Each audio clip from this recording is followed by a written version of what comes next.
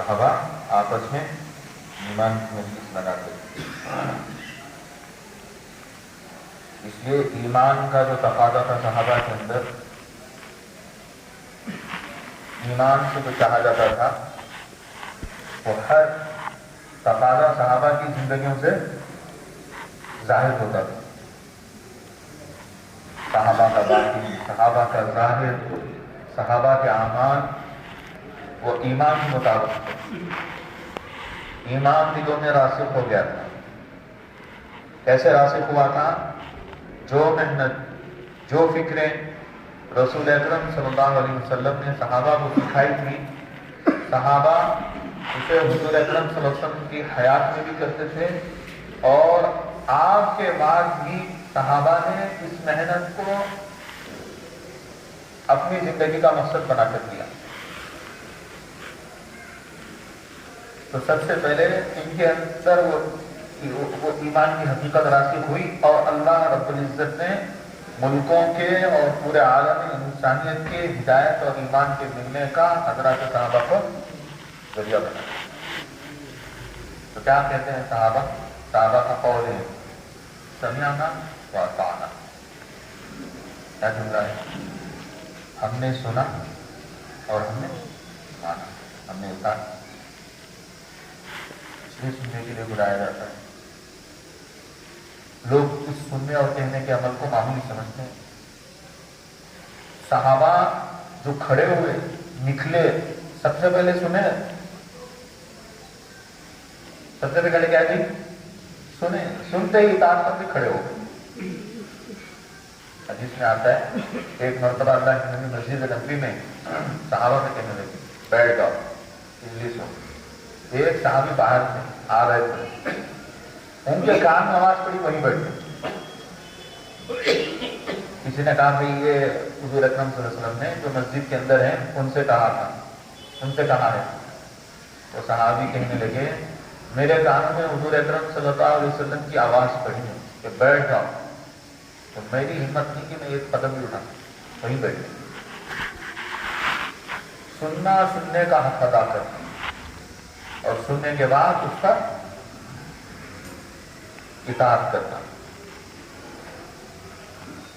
یہ سننے کی مجلس ہے ان کی نا. صحابہ کا سننا کیا کرنا ہے؟ سمعنا واطعنا. صحابہ سننے والے اور عظمت کے ساتھ سنتے. اور شیطان کیا کرتا؟ سب سے پہلے سننے نہیں دیتا، کیونکہ سنے گا تو اطاعت نہیں کرے گا. اسے سننے مت دینا، جانے مت دینا. اچھا چلا گیا ہے تو جو فتنہ جیب میں ہے اس کے ذریعے سے خلل کرنا.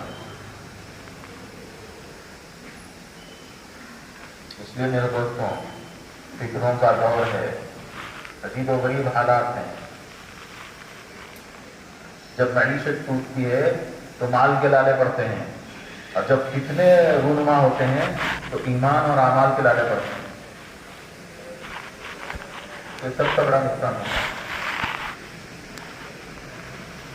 صحابہ نے اپنی زندگی سے بتا دیا کہ ایمان اعمال کے مقابلے میں اگر مال آ رہا ہے، دولت آ رہی ہے، گھر آ رہا ہے، سب کو قربان کر سکتے ہیں، لیکن ایمان کو قربان نہیں کر سکتے، اعمال کو ضائع نہیں کر سکتے. اللہ ہماری حفاظت کرے فتنوں کی وجہ سے، فتنے والی چیزوں کی، دجالی آلات کی وجہ سے ہمارے ایمان پر کتنا بڑا اثر اور اعمال کس قدر ضائع ہو رہے ہیں ہمیں اس کی خبر نہیں. کیونکہ بات فوراً اسٹیٹس اپڈیٹ نہیں ہوتا نا ہمارے ایمان اعمال کا، وہ تو لگ گیا، وہ تو کتنا پتا چلے گا. ہم تو بہت کر رہے ہیں، تہجد بھی پڑھ رہے ہیں، اللہ کے راستے میں قربانی دے رہے ہیں. کس قدر قبول ہے، کیسے اللہ کے یہاں اس کے نتیجے ہیں، کسی کو خبر ہے نہیں. اس لیے فرمایا صحابہ ڈرتے تھے. صحابہ ایمان کی محنت کر رہے ہیں، ایمان کے لیے جان مال لگا رہے ہیں، اعمال سے زندگیاں بھری ہوئی ہیں، پھر بھی کیا کر رہے ہیں؟ ڈر رہے ہیں.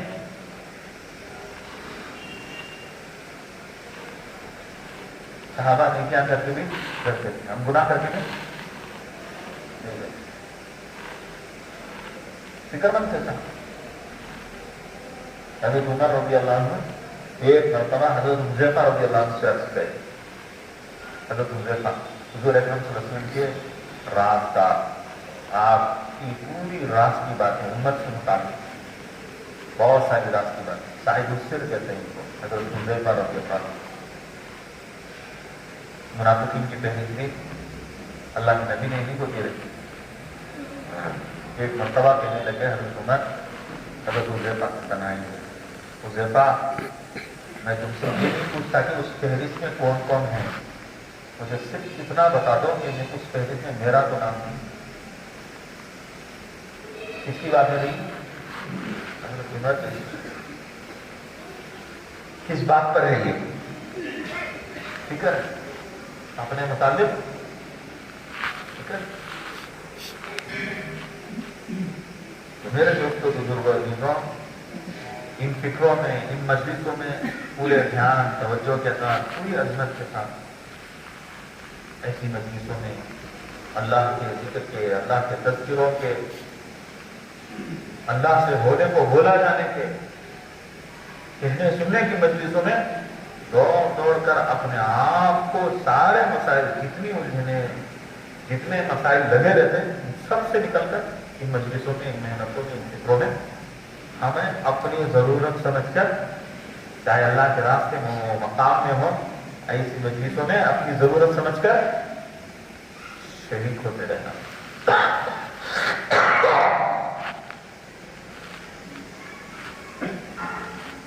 اس نے فرمایا اذا تلیت علیہم اذا ذکر اللہ وجلت قلوبہم. ایمان والوں کی صفت قرآن کہتا ہے کہ جب ان کے سامنے اللہ کا ذکر کیا جاتا ہے تو ان کے دل کام جاتے ہیں. وَإِذَا تُلِيَتْ عَلَيْهِمْ آيَاتُهُ زَادَتْهُمْ ایمانا. ایمان والوں کی صفت بتائی گئی جب ان کے سامنے اللہ کی آیتیں قرآن پاک کی آیتیں سنائی جاتی ہیں تو وہ ان کے ایمان کو بڑھا دیتے ہیں, ان کے ایمان کی کیفیتیں مضبوط جاتی ہیں. وَعَلَىٰ رَبِّهِمْ يَتَوَكَّلُونَ اور توکل ان کو نصیب ہوتا ہے, توکل کرتے ہیں. حضرت جی کہنے لگے اس زمان میں یہاں پر جو پیر ہے اذا ذکر اللہ ذکر ذکر ذکر پہلے متعدی ہے, ایک دوسرے سے جب کام ایک دوسرے سے ہوتا ہے تب اس کو ذکرہ کہتے ہیں. تلیت ایک دوسرے کو اللہ کی آیتیں سنانا, ایک دوسرے کو اللہ کا ذکر کرنا, اس سے کیا ہوگا ایمان میں زیادتی ہوگی, دل متاثر ہوں گے, دلوں کے اندر اللہ سے تعلق پیدا ہوگا. اس لیے حضرت ابو درداء رضی اللہ عنہ فرماتے ہیں کہ جو دنیا کی محبت حدیث میں فرمایا حب الدنیا رأس الخطایا کہ دنیا کی محبت سارے گناہوں کی جڑ ہے, سارے گناہوں کی جڑ ہے. اور حضرت ابو درداء رضی اللہ عنہ فرماتے ہیں اس کا علاج وہ اللہ کا ذکر ہے. علاج بتا رہے لوگ آج دنیا میں نسخے بتاتے ہیں تو غور سے سنتے ہیں اس کا نسخہ, اس کا علاج, اس کا علاج یہ ہے. تو حضرات صحابہ امت کو دنیا کی محبت کا علاج حضرت ابو درداء رضی اللہ عنہ کیا فرماتے ہیں کہ وہ اللہ کا ذکر ہے. کتنی بڑی چیز ہے اللہ کا ذکر, اللہ کے تذکرے مجلسوں میں بیٹھ کر, انفرادی ملاقاتوں میں, گلی کوچوں میں چل پھر کر اللہ کی بڑائی کو بولنا چاہیے. کیا آتا ہے جس میں جو اللہ کا ذکر کرتا ہے اس کا دل زندہ ہو جاتا ہے. یعنی کہ ابھی بتا دیا جو اللہ کا ذکر کرتا ہے اس کا دل زندہ ہو جاتا ہے. اور حضرت لقمان علیہ السلام کیا فرماتے ہیں, بیٹا علماء کی مجلسوں میں بیٹھا کرو جو اللہ کو پہچانتے ہیں, جو اللہ کو جانتے ہیں, جو اللہ کے تذکرے کریں گے تو مردہ دل ایسے زندہ ہوتے ہیں جیسے موسلا دھار بارش کی وجہ سے بنجر زمین زندہ ہو جاتی ہے.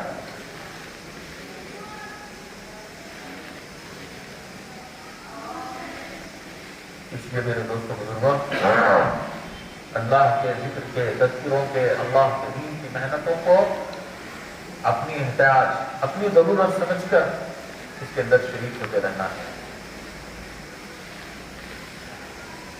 ایک آیت کا مفہوم ہے، حضور اکرم صلی اللہ علیہ وسلم سے فرمایا گیا، جب آپ علیہ السلام پر مشرکین مکہ اور دشمنان اسلام کے کہنے کی وجہ سے، لوگوں کے طعنے اور آپ کے برا بھلا کہنے کی وجہ سے جو آپ پر، آپ کے دل پر جو اثر ہوتا تھا، آپ کو مغموم ہوتے تھے، اس کا علاج قرآن میں بتایا گیا کہ آپ اپنے رب کی تعریف اور تقدیس بیان کیجیے، یہ جو اثر ہوا ہے لوگوں کی بات چیت کا، مایوسی کا، یہ ہٹ جائے۔ اتنی طاقت ہے اللہ کے ذکر تذکرے، اور کیسا انعام ہے جب بھی حالات میں اللہ کا نام لیں گے، اللہ کی تعریف کریں گے، فرمایا اللہ تعالیٰ ان کے دلوں کو مضبوط کر دیں گے، اور اجر، ایک عجیب اجر و انعام جو ہے اللہ تعالیٰ کو دیں گے۔ صدمہ پہنچا، حادثہ ہوا، کیا کریں گے لوگ؟ انا للہ و انا الیہ راجعون۔ اس آیت کا اثر اتنا ہے، فرمایا گیا کہ اگر کوئی شخص اپنے کسی محبوب کے انتقال ہونے پر جو آیت پڑھتے، حادثہ ہو گیا، صدمہ پہنچا آدمی کو، انا للہ و انا الیہ راجعون پڑھتا ہے، پھر ایک زمانے کے بعد، کئی سالوں کے بعد پھر یاد آ گئے والد صاحب یا والدہ، ان کو یاد کر کے پھر کس نے یاد آئے، پھر اس نے اس آیت کو پڑھ لیا، حدیث میں فرمایا اللہ تعالیٰ اس کو وہی اجر و انعام دیں گے جو عین صدمے کے وقت جس دن انتقال ہوئے تھے اس نے پڑھا تھا انا للہ و انا الیہ راجعون، اتنا اجر پھر اس کو۔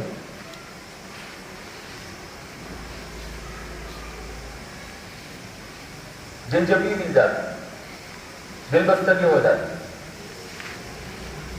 سب سے زیادہ حضور اکرم صلی اللہ علیہ وسلم کو تکلیف کہاں ہوئی؟ جیسے ان شریروں سے نجات ملی، حضور نے کیا کیا؟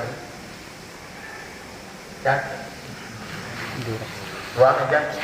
اللہ کی تقدیر بیان، اے وہ ذات جس سے تمام اندھیریاں روشن ہو جاتی۔ تو دعا میں بھی اللہ کی بڑائی تو بولتے ہیں۔ اس لیے جو حال، جس قدر جو بھی ہو جائے، فوراً اللہ کی طرف متوجہ ہو جاتے ہیں نا، اللہ کی مدد کی طرف متوجہ ہو جاتے ہیں۔ اللہ کے نبی نے ہمیشہ کہا، صحابہ کو ہر حال میں اللہ کی طرف جوڑا، اسی لیے فرمایا کوئی شخص کسی نعمت کی ملنے کی وجہ سے اللہ سے دور ہو جائے، فرمایا وہ نعمت نہیں ہے، حقیقت میں وہ مصیبت ہے۔ کیا ہے وہ؟ نعمت کی ملنے کی وجہ سے اللہ سے دور ہو گیا تو وہ نعمت نہیں ہے۔ اور کسی شخص کو مصیبت، پریشانی، بیماری، الم آنے کی وجہ سے اس کا تعلق اللہ سے جڑ جائے تو وہ مصیبت نہیں، حقیقت میں وہ نعمت، حقیقت میں وہ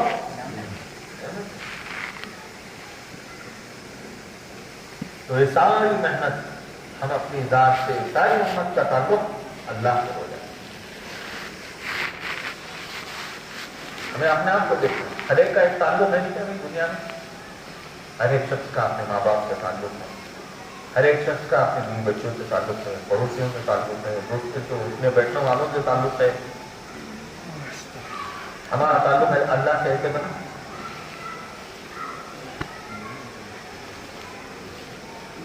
عمر صاحب عالم کو رحمۃ اللہ علیہ مرکز میں کہتے تھے، جانتے ہو یہ راستہ کس کا ہے؟ یہ راستہ اللہ کا ہے۔ جانتے ہو کیا ملے گا؟ اللہ مل جائے گا۔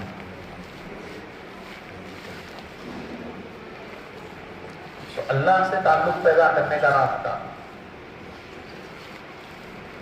اللہ کا حکم پورا کریں گے تو اللہ سے تعلق پیدا ہوگا۔ اس لیے حضرت عبداللہ ابن عباس رضی اللہ عنہ فرماتے ہیں، میں ایک مرتبہ حضور اکرم صلی اللہ علیہ وسلم کے ساتھ سواری میں سوار تھا، پیچھے بیٹھے ہوئے، آپ نے فرمایا او بیٹے یاد رکھنا، احفظ اللہ یحفظک، تو اللہ کے حکم کی حفاظت کر، اللہ تیری حفاظت کرے گا. اللہ کا حکم نہ ٹوٹنے پائے, اللہ کا حکم ضائع نہ ہو, نہ ہوگا, اللہ تیری حفاظت کرے گا. پھر فرمایا احفظ اللہ تجدہ تجاہک. تو اللہ کے حکم, علماء اس کا ترجمہ ایسا کرتے ہیں, اللہ کے حکم کو زندہ کرنا. تو اللہ کے حکم کو زندہ کرنا, جہاں کہیں بھی تو اللہ کے حکم کو زندہ کرنا, تو جہاں بھی ہوگا اللہ کو پائے گا. پھر فرمایا اذا سألت فاسأل اللہ. حضرت عبداللہ بن عباس رضی اللہ عنہ کہتے ہیں حضور نے ہمیں نصیحت کی کہ جب تمہیں کچھ سوال کرنا پڑے, کوئی ضرورت حاجت پیش آ جائے, تو صرف اللہ سے مانگو. کس سے مانگنا؟ اللہ سے. صحابی کو سواری میں سوال ہے, ان سے آپ فرما رہے ہیں جو بھی حاجت پڑ جائے دنیا سے اللہ سے مانگو. اذا استعنت فاستعن باللہ. جب مدد چاہے تو اللہ سے مدد چاہے. کس سے مدد چاہے؟ کوئی حاجت آ گئی, کوئی حالات آ گئے, دل میں مخلوق کا اللہ کے غیر کا خیال, فوراً اللہ کی طرف متوجہ, دل ہی دل میں اللہ سے دعا کرے, نماز کے ذریعے سے اللہ کی طرف متوجہ ہو جائے. یہ ایمان والوں کا طریقہ ہے.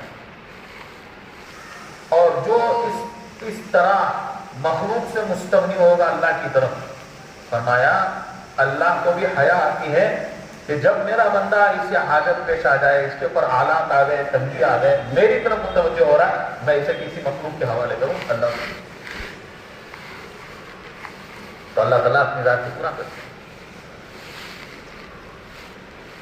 صحابہ نے سکھایا, اللہ کے نبی نے اس دعا میں سکھایا. بلکہ ہم لوگ کیا کہتے ہیں ہر نماز میں, سورہ فاتحہ میں کیا اعتراف کرتے ہیں؟ الحمدللہ رب العالمین الرحمن الرحیم مالک یوم الدین ایاک نعبد و ایاک نستعین.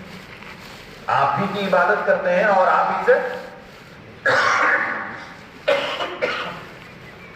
مدد چاہتے ہیں. یہ اقرار کر رہے ہیں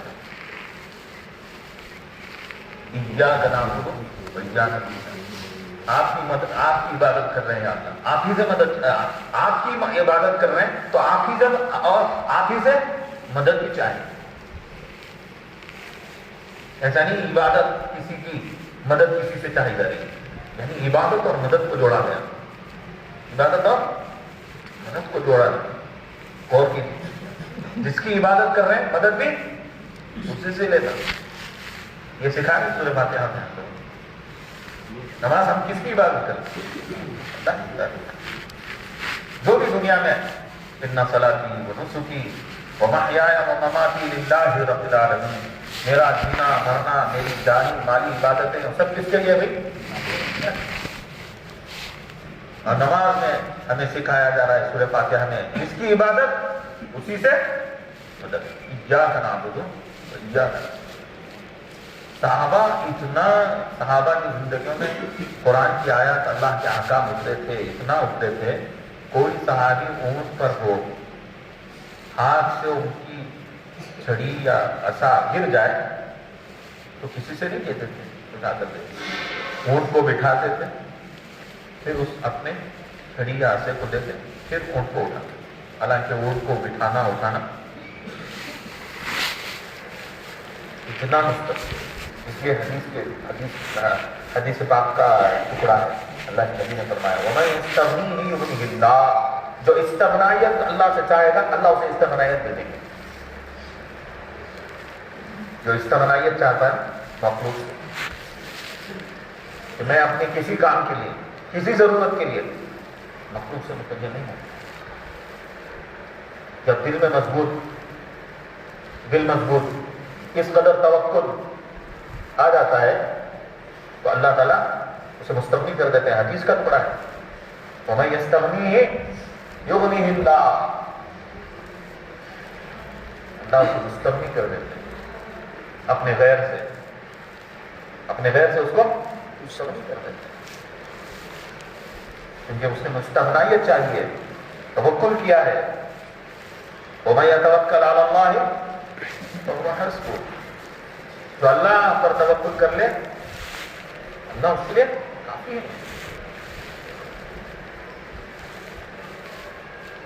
تو اللہ پر توکل کر لے, اللہ تعالیٰ اس کے لیے کافی ہے.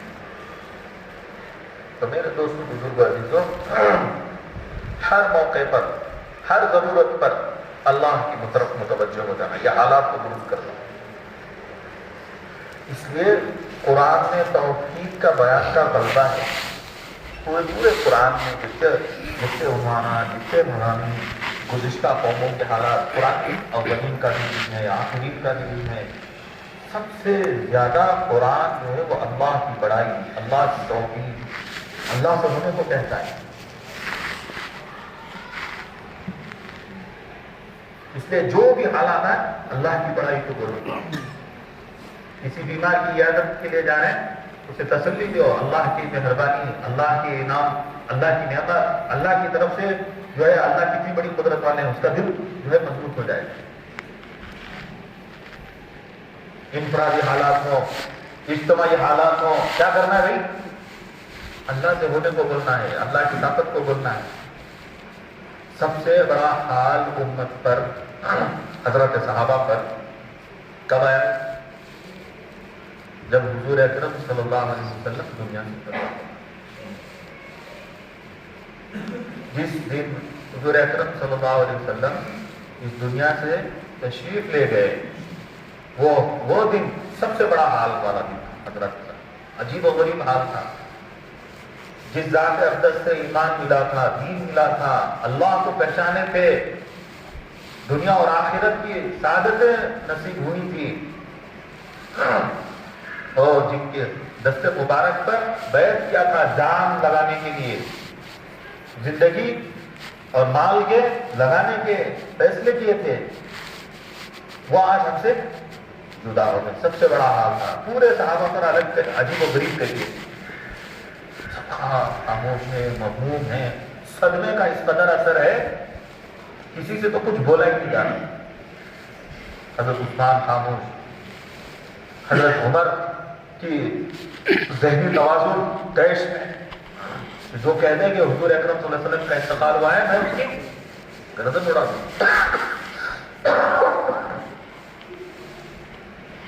اس موقع پر حضرت ابو بکر رضی اللہ عنہ کھڑے ہوئے اور کیا چیز بیان کی گئی؟ توحید بیان کی. آپ کھڑے ہوئے, ممبر پر تشریف لے گئے, قرآن کی آیت پڑھی, وما محمد الا رسول قد خلت من قبله الرسل افإن مات أو قتل انقلبتم على أعقابكم ومن ينقلب على عقبيه فلن يضر الله شيئا. محمد صلی اللہ علیہ وسلم تو اللہ کے رسول, اگر یہ شہید ہو گئے یا ان کو موت آ گئی تو کیا تم الٹے پیر پلٹ جاؤ گے؟ یہ آیت پڑھی, پھر توحید کا بیان دیا, سن لے, من کان یعبد محمدا فقد مات, کہ جو محمد صلی اللہ علیہ وسلم کی پرستش کرتا تھا وہ سن لے کہ محمد صلی اللہ علیہ وسلم پر موت آ گئی ہے. ومن یعبد اللہ فإن اللہ حی لا یموت, کہ جو اللہ کی پرستش کرتا ہے, اللہ کی عبادت کرتا ہے, اللہ حی ہے, ہمیشہ سے ہے, اور اسے موت نہیں آتی. ایسے ماحول میں, ایسی حالت میں حضور اکرم صلی اللہ علیہ وسلم کا جسد اثر رکھا ہوا ہے, اور بیان کیا ہو رہا ہے؟ توحید کا بیان ہو رہا ہے. جیسے ہی توحید بیان کے سارے صحابہ کی دل جمعی ہو گئے, سب مضبوط ہو, سب متوجہ ہو گئے. حضرت عمر رضی اللہ عنہ کہتے ہیں کہ جیسے ہی حضرت ابو بکر نے یہ آیت پڑھ کر اللہ کی بڑائی بیان کی, توحید بیان کی, تو میرے پیروں سے جو ہے طاقت ختم ہو گئی, میں بیٹھ گیا. اور حضرات صحابہ کہتے ہیں کہ یہ آیت ہمیں ایسے لگ رہی تھی کہ آج نازل ہوئی.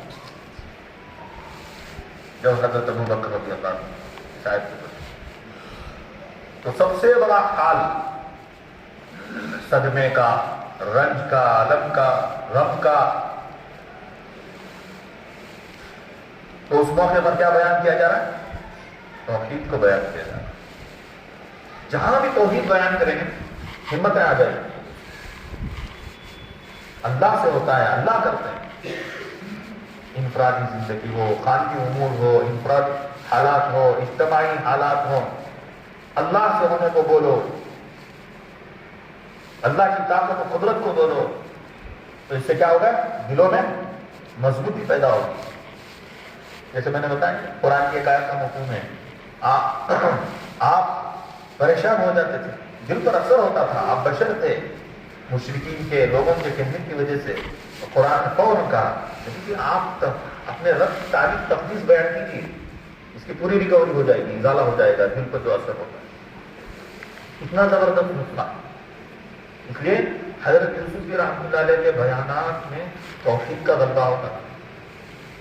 اس کا غلبہ ہوتا تھا توحید، اللہ کی بڑائی، اللہ کی طاقت، اللہ کی قدرت، اس کا غلبہ ہوتا ہے حضرت یوسف کی رحمۃ اللہ علیہ کے بیانات. اس لیے ہماری بات کیا ہو گئی؟ اللہ کی بڑائی کے ساتھ.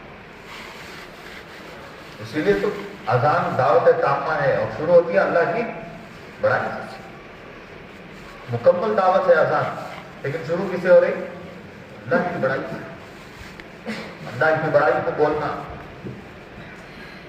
اس کے لیے میرے دوستوں اللہ کی جتنی بڑائی بولی جائے گی، جتنا سنا جائے گا، اس قدر دلوں کے اندر آ سکے، بلکہ ہر ایمان والا ایمان کی بات بولے. یوسف رحمۃ اللہ علیہ کے ملفوظات میں سے ہے کہ سننے سے زیادہ بولنے سے، سننے سے بھی ایمان بنتا ہے لیکن بولنے سے زیادہ بنتا ہے. بولنے سے سب بولے ہوئے ہیں. ہر ایمان والا ایمان کی بات کرنا، ضروری نہیں بیان کرتے ہوئے بولنا. انفرادی ملاقات میں بیٹھے ہیں ساتھی، وہاں پر بازار میں، صحابہ بازار میں اللہ کی بڑائی بولتے تھے. صحابہ بازار میں اللہ کی بڑائی بول کر اللہ کی طرف بلاتے تھے لوگوں کو. جنگ کے میدان میں دعوت دے رہے ہیں. کہاں دعوت دے رہے ہیں بھائی؟ جنگ کے میدان میں. اللہ کی دعوت، اللہ کی طرف بلانے کا کتنا اثر ہوتا ہے. ایک صحابی جنگ کے میدان میں جگہ کے سامنے سے لشکر آیا اور مخالف دشمن کے لشکر میں ان کے جاننا والا کوئی نہیں. وہ اس کے قریب گئے، اتنے قریب گئے کہ ایک دوسرے کا گھوڑے کی گردن جو ہے قریب ہو گئی اور اس کو دعوت دے رہے کہ بھائی دیکھ، ہمارے نبی محمد صلی اللہ علیہ وسلم یہ نبی ہیں، اللہ کی طرف سے آئے ہیں، ہم ایک اللہ کو مانتے ہیں، اور یہ تمہارا پورا لشکر ہم سے اس بات پر لڑنے کے لیے آیا ہے. اس کو سمجھا ہے. ان کو بات سمجھ میں نہیں آ رہی، یہ پھر سمجھا رہے ہیں، بول رہے ہیں، دعوت دے رہے ہیں، بول رہے ہیں، دعوت دے رہے ہیں، بات سمجھ میں آ رہی. اس نے کہا ایمان قبول کر. کہاں دعوت دے رہے ہیں بھائی؟ جنگ کے میدان میں دعوت دے رہے ہیں، اللہ کی بڑائی بول کر. اب ان کے گھوڑے کو ادھر لا دی. جنگ کے میدان میں گھوڑے کو ادھر کا ادھر پلٹا کے چھوڑ. ادھر سے لڑنے آئے تھے، اپنے لشکر میں شامل کیا. بنیاد کیا ہے؟ دعوت. دعوت کا اثر ہوتا ہے. دعوت کا صحابہ داعی تھے، ہر جگہ دعوت دیتے تھے. جب داعی دعوت دیتا ہے تو جس چیز کی دعوت دی جائے اس کی حقیقت دل میں.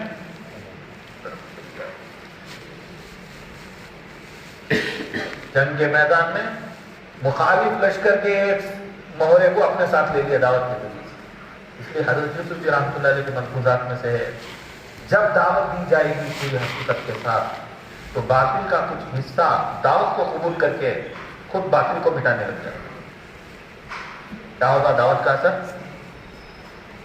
دعوت کو قبول کر کے باطل کا کچھ حصہ خود باطل کو مٹانے لگ جائے. اتنا اثر ہے دعوت. اس لیے اس امت کا ہر ایمان والا وہ اللہ کا، اللہ کے دین کا داعی ہے. کیسا ہے؟ اس لیے ایمان کی دعوت ہے. ایمان 24 گھنٹے برستا. ایمان احکامات سے آدمی فارغ ہو جاتا ہے. احکامات سے فارغ ہو جاتا ہے. جیسے اب مغرب کی نماز کا وقت ہوا، مغرب کی نماز سب نے ادا کر لی، تو مغرب کی نماز سے ہم لوگ کیا ہوئے؟ فارغ ہو. اب تھوڑی دیر میں عشاء کا وقت ہوگا، عشاء کی نماز پڑھ لیا تو عشاء کی نماز سے فارغ ہو. سال میں زکوٰۃ کا حکم ہوا، مال جمع تھا، زکوٰۃ ادا کر دی تو زکوٰۃ سے فارغ ہو گئے، لیکن ایمان سے فارغ ہو جائیں گے کب تک پردے؟ اور زندگی میں 24 گھنٹے پر. اس لیے ایک عجیب حدیث ہے منتخب میں بھی ہے. ایک آدمی سو رہا تھا، سو رہا ہے، سوتے ہوئے 2 سیکنڈ کے لیے اس کی آنکھ کروڑ بدلتے ہوئے آنکھ، اس وقت بھی کیا ہے؟ لا الہ الا اللہ وحدہ لا شریک لہ لہ الملک ولہ الحمد وہو علی کل شیء قدیر سبحان اللہ والحمد للہ ولا الہ الا اللہ واللہ اکبر ولا حول ولا قوۃ الا باللہ. یہ حدیث یہ پڑھیں. یعنی غفلت میں آدمی نیند سے اٹھ کر 1-2 سیکنڈ کے لیے آنکھ کھلی ہے، اس وقت بھی کیا بول رہا ہے؟ توحید کو بیان کر رہا ہے. لا الہ الا اللہ وحدہ لا شریک لہ ہے. اور پھر آگے فرمایا جو یہ پڑھ کر لا الہ الا اللہ اور سبحان اللہ والحمد للہ لا الہ الا اللہ پڑھ کر جو بھی دعا مانگے گا اللہ قبول کر لے. ایسی غفلت سے اٹھ کر پھر وہ نیند میں چلا گیا 1-2 سیکنڈ میں، لیکن اس وقت کی بھی دعا بتائی. اور وہ کیا ہے دعا؟ توحید ہے. بازار غفلت کا ماحول ہے، بازار چیزوں کا، اسباب کا، دنیا کے معاملات کا، لینے دینے کا ماحول ہے. کیا پڑھنا ہے وہاں پر؟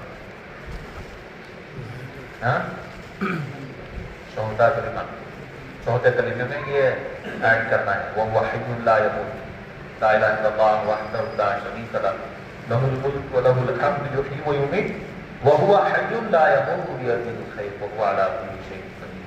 تو ایک بار بازار گئے اور دل سے اسباب کی، چیزوں کی، نقشوں کی نفی کرتے ہوئے اس کی ان کلمات کو پڑھ لے، کیا اجر ہے؟ کیا اجر ہے؟ 10 لاکھ. بتاؤ کسی کو بازار جاتے ہی 10 لاکھ مل گئے کیا ہوگا؟ روپے سمجھ میں آتے ہیں، روپے کی قیمت سمجھ میں آتی ہے، ڈالر کی قیمت سمجھ میں آتی ہے. کہ حضرت بازار گئے، ڈالر ملتے ہی خوش ہو گئے، مال ملتے ہی خوش ہو گئے. اللہ کے نبی کہتے ہیں کہ کیا اجر بتایا؟ 10 لاکھ. الگ الگ روایت 10 لاکھ. اس کی قدر کب معلوم ہوگی؟ کب معلوم ہوگی بھائی؟ جب آنکھیں بند ہو جائیں، جب آنکھیں بند ہو جائیں، جب سمجھ میں آئے نا کہ ان کلمات کو بازار میں 1 لفظ. اس لیے حدیث میں کیا آتا ہے کہ جنتی جب جنت میں چلے جائیں گے ان کو کسی بات کا افسوس نہیں ہوگا سوائے اس گھڑی، اس لمحے کے جس کو اللہ کی ذکر کے بغیر گزار، یعنی غفلت کی گزار. اس لیے حضرت علی رضی اللہ عنہ فرماتے ہیں سارے لوگ سو رہے ہیں، جب موت آئے گی تو جاگ جائیں گے. سب لوگ سو رہے ہیں، جب موت آئے گی تو جاگ جائیں گے. اس لیے اللہ کے نبی جب بھی صحابہ کو دیکھتے کہ چیزوں کے، مال کے، اسباب کے ملنے کی وجہ سے، کیونکہ انسان ہے، ذرا بھی ان کو اطمینان خوشی ہوتی تو فوراً اعمال کی طرف دعوت دیتے وہ بدلتا ہے. ایک صحابی آئے نور اکرم صلی اللہ علیہ وسلم کے پاس، یا رسول اللہ بہت خوش ہیں. خوش آدمی کو مال ملا تو خوشی ہوتی ہے، کسی کو پیسے مل گئے کیا ہوتے ہیں؟ کون سے کی، دادا کی، نانا کی، کسی کی، پیسے کیا ہوتا ہے؟ یا رسول اللہ. اور خوشیوں کو کسی سے کھانا یہ سب سے زیادہ اپنی خوشی بھی سنا ہوا ہوتا ہے. تو وہ صحابی کس کے پاس ہے؟ ان کو بہت نفع مل گیا. یا رسول اللہ آج میں مال لیتا رہا، اس طرح اتنی ڈیلنگ کرا، آج میں بہت کمایا. حدیث میں کیا 300 اوقیہ. حضور اکرم صلی اللہ علیہ وسلم کی بات کو سنتے رہے. سننے کے بعد کہا کہ میں تمہیں اس سے بھی زیادہ نفع والی چیز بتاؤں؟ اتنی خوشی کی بات بتایا، اتنے نفع کی بات بتاؤں. حضور کہہ رہے ہیں کہ اس سے بھی زیادہ بتاؤ. یا رسول اللہ ضرور بتائیے. آپ نے فرمایا کہ ہر فرض نماز کے بعد 2 رکعت پڑھ دینا. یعنی آپ نے فوراً جو صحابی مال کے مل جانے کی وجہ سے جو متاثر ہو گئے تھے، فوراً ان کے اندر اعمال کا اثر، ان کو اعمال کی اہمیت بتائی. مال کی چیزوں کے اسباب کے ملنے کی وجہ سے وہ کیا ہو رہے تھے؟ خوش ہو رہے تھے، مطمئن ہو رہے تھے. تو فوراً آپ نے کیا کیا؟ ان کو اعمال کی اہمیت بتائی. اس لیے جب بھی حضور اکرم صحابہ کو دیکھتے متاثر ہو رہے ہیں، فوراً اللہ کے نبی اس چیز کے مال سے متاثر ہو رہے ہیں تو اعمال کی دعوت دے، اعمال کی اہمیت بتا. دنیا سے متاثر ہو گئے تو فوراً عقیدت کی طرف توجہ ملا. حضرت عمر رضی اللہ عنہ آئے، کہا یا رسول اللہ صلی اللہ علیہ وسلم، آپ لیٹے ہوئے تھے حصیر پر، چٹائی پر، تو چٹائی کے نشانات آپ کے جسد اطہر پر آ گئے تھے. چٹائی کے نشانات آپ کے جسد اطہر پر تھے. حضرت عمر نے دیکھا تو بڑا رنج کرنے لگے، یا رسول اللہ، یہ کیسر و کسرا، یہ اللہ کے دشمن جو اللہ کو جانتے بھی نہیں، سرکش لوگ، ان کے پاس کس قدر مال و دولت، اسباب، اور آپ اللہ کے نبی، اور آپ کی یہ حالت. افسوس کرنے لگے. تو حضور اکرم صلی اللہ علیہ وسلم نے فرمایا، عمر کس دھوکے میں ہو، کس دھوکے میں ہو. یہ قیصر و کسریٰ کے، یہ دنیا کے، ان لوگوں کے پاس دنیا کی چیزیں، اسباب مل جانے پر تمہیں ان کو دیکھ کر رش کر دے. اللہ تعالیٰ نے ہمارے لیے آخرت بنا رہی. آخرت اللہ نے آخرت ہمارے لیے اللہ کے وعدے ہیں، اللہ کی طرف سے نعمتیں ہیں. فوراً وہ حضرت عمر قیصر و کسریٰ کے مال دولت اور دنیا کی چیزوں سے متاثر ہونے پر فوراً کیا کیا اللہ کے نبی نے؟ آخرت کی طرف. وہ صحابی کو مال کی مل جانے میں خوش ہو رہے تھے، فوراً اعمال کی اہمیت بتائی کہ 2 رکعت اپنی پڑھ لیں. حضرت عمر دنیا کی سے متاثر رہے، فوراً یہاں تک کہ کوئی مخلوق سے متاثر ہو جاتا. حضرت عائشہ کہتی ہیں کہ ایک مرتبہ میں گھر میں تھی، ایک عورت آئی سائلہ مانگنے والی، اس کے ساتھ 2 بچیاں تھیں. وہ سوال کرنے لگی، میرے پاس 3 کھجور تھے، میں نے اٹھا کر اس عورت کو دیے. اس عورت نے اپنی ایک کھجور اپنے بچیوں کو دیا، ایک کھجور اپنے لیے رکھ دیا. بچیاں بھوکی تھی، دونوں نے اپنا کھجور کھا کر ماں کو دیکھنے لگی تو اس نے اپنا کھجور بھی اپنی بیٹیوں کو آدھا آدھا دے دیا. حضرت عائشہ کو بڑا تعجب ہوا، بڑی حیران ہوئی کہ یہ بھی بھوکی تھی لیکن اپنا کھجور بھی بچیوں کو دی. وہ عورت چلی گئی. اس کے بعد حضور اکرم صلی اللہ علیہ وسلم گھر تشریف لائے. حضرت عائشہ اس واقعے کو سنانے لگی اور تعجب کرنے لگی ماں کی ممتا اور پر حیران ہونے لگی. تو حضور اکرم صلی اللہ علیہ وسلم نے فرمایا، عائشہ اس ماں کی ممتا پر تعجب کرتی ہو، اللہ کی قسم اللہ تعالیٰ اپنے ہر بندے سے اس ماں سے 70 گنا زیادہ محبت کرتی ہے. مخلوق سے بلکہ ماں کی محبت سے متاثر ہو گئی حضرت عائشہ، تو اللہ نے فوراً کیا کیا بھی خالق سے جوڑا. مال سے متاثر ہو رہے ہیں تو اعمال سے جوڑا، دنیا سے متاثر ہو رہے ہیں تو آخرت سے جوڑا.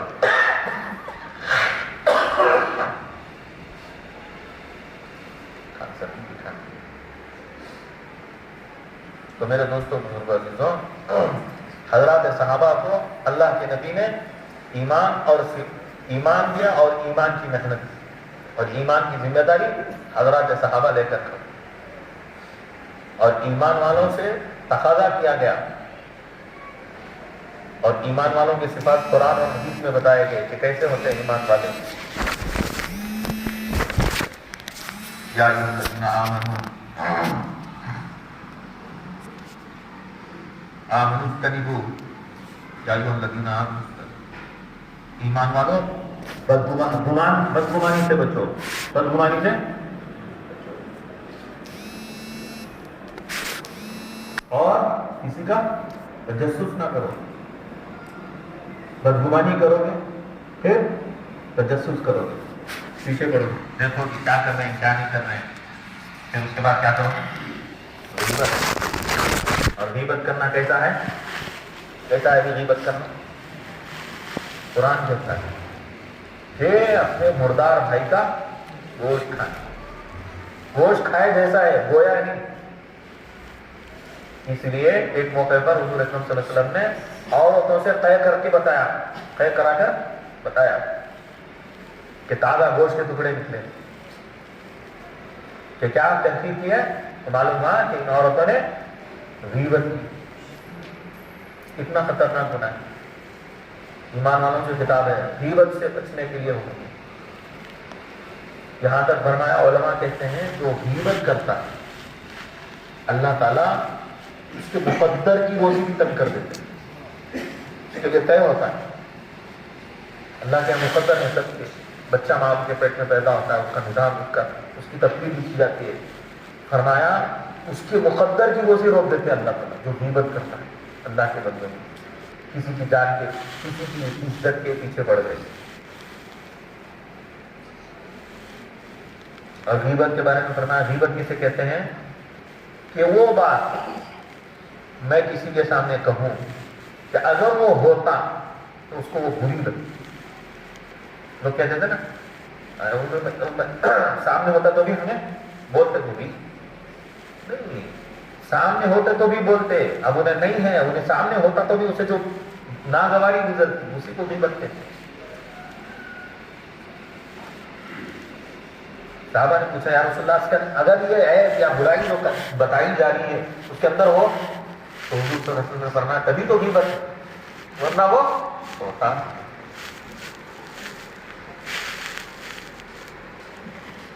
اس قدر شدید گناہ ہے غیبت کا. تو میرے دوستوں بزرگ عزیزوں, ایمان جن چیزوں کا تقاضا کرتا ہے جیسے صفات, صحابہ کے اندر صفات کی حقیقت آ گئی, اللہ سے اس قدر تعلق تھا. ایمان جو چاہتا ہے, ایمان کا جو تقاضا ہے, ادنا سے ادنا صحابی کے حضرت عبداللہ ابن عمر رضی اللہ عنہ سفر میں تھے, دوپہر کا وقت تھا, کھانے کا وقت, کھانے کے لیے بیٹھے تھے, دسترخوان ڈالے تو دیکھا کہ ایک بکریوں کا چرواہ جو ہے بکریاں چرا رہا. تو صحابی سے کہا کہ اس کو بھی ساتھ میں بلا دو, وہ بھی ہمارے ساتھ کھانا تھے. وہ گئے, اس کو بلانے لگے کہ بھائی آ جاؤ ہم لوگ ہمارے ساتھ کھانے میں شریک ہو جاؤ. تو وہ شخص کہنے لگا بکریوں کا چرواہ کہ حضرت میرا روزہ ہے, اللہ آپ کے کھانے میں برکت دے. یہ آ کر سنائے تو حضرت عبداللہ ابن عمر رضی اللہ عنہ کو بڑا تعجب کہ بکریوں کا چرواہا, شدید گرمی دھوپ ہے اور روزے سے ہے. ان کے دل میں بات آئی کہ اس کا آگ مار, اس کو جان چھوڑ.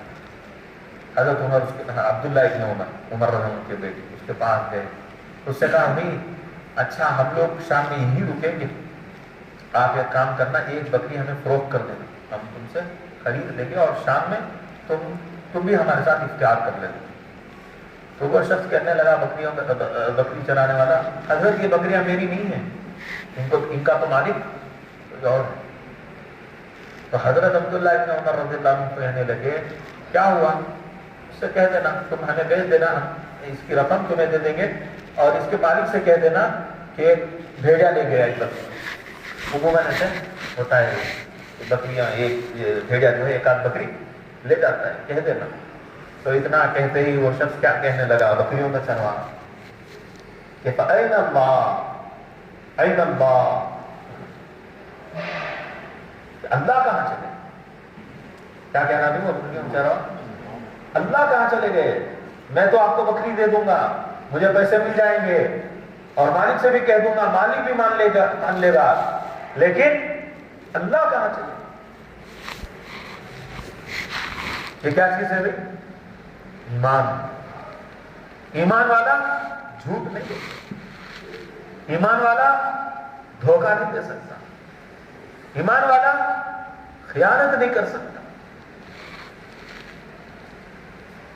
تقویٰ ایمان کا تقاضا ہے, تقویٰ ایمان کا تقاضا ہے. جس قدر ایمان ہوگا اتنا تقویٰ ہوگا اس میں, اللہ کا خوف اتنا ہوگا. اس لیے جنگل میں بکریوں کا چرانے والا, ایک عام بکریوں کا چرانے والا جو ہے, کیسے اس کی خستہ حالت ہوگی. اسے ایک آفر بھی مل رہا ہے, پیسے بھی مل جائیں گے, افطار بھی کر لینا. کیا کہہ رہا ہے, این اللہ, اللہ کہاں چلے. اس جملے کا اثر اس قدر حضرت عبداللہ ابن عمر پر ہوا, کہتے ہیں کہ اس کے کہنے کی وجہ سے میرے ایمان میں تازگی پیدا ہو. اور آپ نے اپنے آخری وقت تک، زندگی کے آخری موقع تک کہتے تھے، اس بکری کے چرواہے نے این اللہ کے کہنے نے مجھے اس کو یاد کر کے کہتے تھے کہ ایمان تازہ اللہ سے تعلق مل جاتا، کیونکہ بات دل سے اٹھی تھی، جو دل سے اٹھتی ہے وہ دل ہی پر گرتی ہے، جو دلوں کے اندر راسخ ہوتی ہے۔ ایمان راسخ ہو گیا تھا تو ایمان کی صفات بھی دل کے اندر راسخ ہو گئے تھے حضرات صحابہ۔ اس لیے صحابہ جب ایمان کی حقیقت کے ساتھ تکبیر بھی کہتے تو باقی کے ایوانوں میں لرزہ آ جاتا تھا۔ صحابہ کی تکبیر کا اثر ہے، حدیثوں میں آتا ہے، تکبیر بولتے تو اثر ہوتا صحابہ، اللہ اکبر اللہ۔ کیوں؟ کیونکہ زبان کا دل سے تعلق ہوتا ہے، زبان کا، اور دل کے اندر جب ایمان کی حقیقت پوری طرح راسخ ہو جاتی ہے تب وہ ایمانی حلاوت اور ایمانی کیفیت کے ساتھ جب ایمان والے تکبیر بھی بولتے ہیں تو باطن پر اس کا اثر ہوتا ہے۔ تو میرے دوستوں بزرگ عزیزوں، اس لیے اللہ کے نبی نے ہر موقع پر ایمان سے متعلق تقاضے، ایمان کے مطابق، اور یہ جتنی صفات ہیں وہ اللہ کے نبی نے صحابہ کو سکھا کر موقع موقع پر نصیحت وصیت فرمائی۔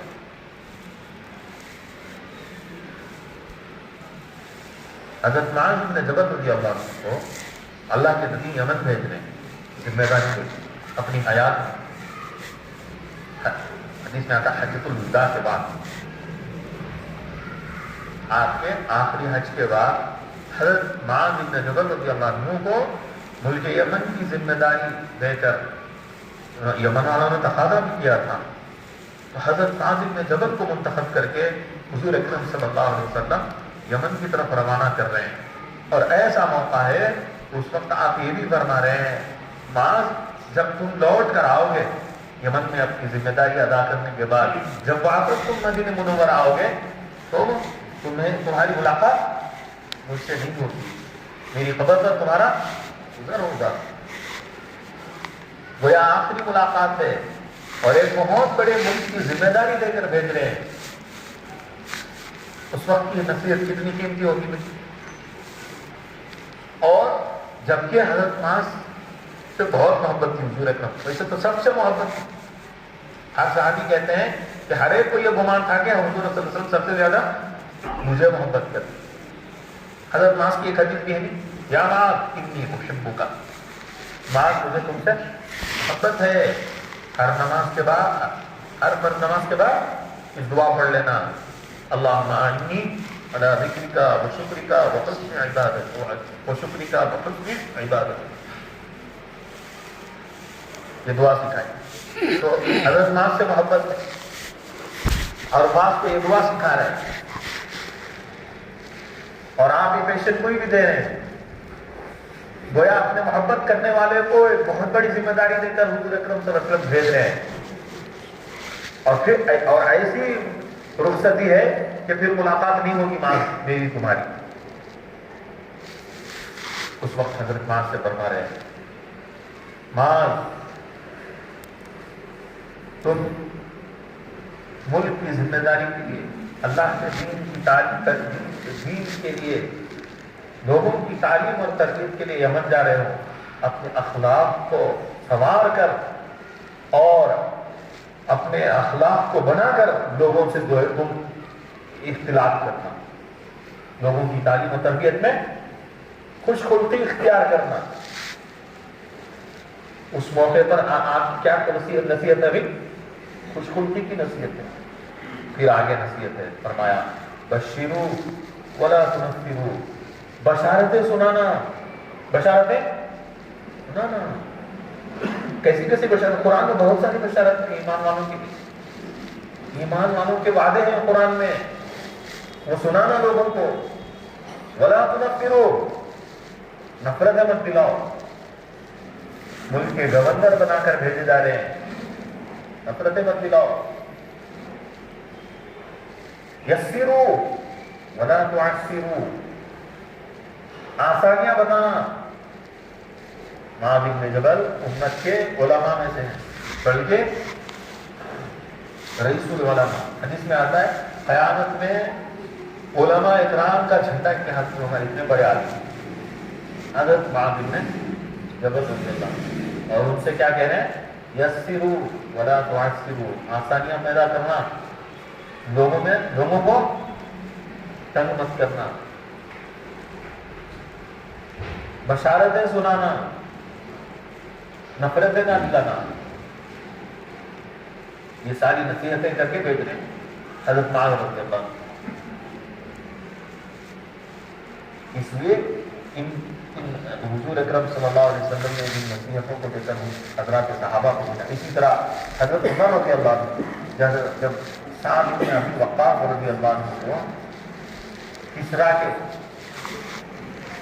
قادسیہ کی جنگ مشورہ ہوتا رہا کہ کون جائے، حضرت عمر جائے یا 3 دن تک مشورہ ہوتا. حضرت عمر ہے جانا مناسب ہے یا نہ جانا مناسب. الگ الگ رائے آ رہی کہ حضرت کوئی کہہ رہے تھے حضرت عمر یہیں مدینے میں رہیں جماعت میں ہو جائے، کوئی کہہ رہے کہ نہیں حضرت عمر جائیں. بعد میں طے ہوا کہ حضرت عمر رضی اللہ عنہ مدینے میں رہ جائیں اور حضرت سعد بن ابی وقاص کا جانا طے ہوا. اس موقع پر لشکر کی روانگی کے وقت حضرت عمر نے وصیتیں فرمائی حضرت سعد بن ابی وقاص. سعد، یہ بات تمہیں دھوکے میں نہ ڈال دے کہ تم رشتے میں حضور کے معمول رکھتے ہو. یعنی سب سے پہلے امیر کو کیا کر رہے ہیں بھائی؟ سارے ذہن کو صاف کر رہے ہیں. امیر لشکر ہیں حضرت سعد بن ابی وقاص. اور یاد رکھنا تم بہت بڑے مہم کے لیے بھیجے جا رہے ہیں، بہت بڑے کام کے لیے، بہت بڑی ذمہ داری دے کر تمہیں بھیجا جا رہا ہے. وہاں کسریٰ سے جا کر ٹکرانا ہے اس کو، کسریٰ کی طاقت سے. کسریٰ کی طاقت سے ایک لشکر صحابہ کا جامعات جا کر ٹکرانا ہے. اور کیسے فیصلے ہیں بھائی؟ شہادت تک. اس موقع پر حضرت سعد بن ابی وقاص رضی اللہ عنہ سے حضرت عمر کہہ رہے ہیں کہ یہ بات تمہیں دھوکے میں نہ ڈال دے کہ تم رشتے میں حضور کے معمول رکھتے ہو. یاد رکھنا اللہ کے یہاں کوئی رشتہ نہیں ہے. اللہ کے یہاں تو مقبول اس کی بندگی ہے اور تقویٰ ہے. ان اکرمکم عند اللہ اتقاکم. اللہ کے یہاں سب سے زیادہ مکرم کون ہے بھائی؟ تقوی والا ہے. اور یاد رکھنا اپنے ہر امر میں، ہر معاملے میں حضور اکرم صلی اللہ علیہ وسلم کے طریقے کو دیکھنا. لشکر کی روانگی ہو رہی ہے اور تاکید کس بات کی ہو رہی ہے بھائی؟ ہر معاملات پیش آئیں گے. اللہ کے راستے میں جماعت جا رہی ہے، اللہ کے راستے میں جماعت آ رہی ہے انفرادی حالات میں، اجتماعی حالات میں، اور موقع سنگین ہے. کسریٰ کی طاقت سے جا کر ٹکرانا ہے. اور حضرت عمر حضرت سعد بن ابی وقاص سے کہہ رہے ہیں کہ اپنے ہر معاملے میں، ہر امر میں دیکھنا کہ حضور اکرم صلی اللہ علیہ وسلم کا طریقہ کیا ہے، اور وہی عمل کرنے کی چیز ہے. وہی عمل کرنے کی.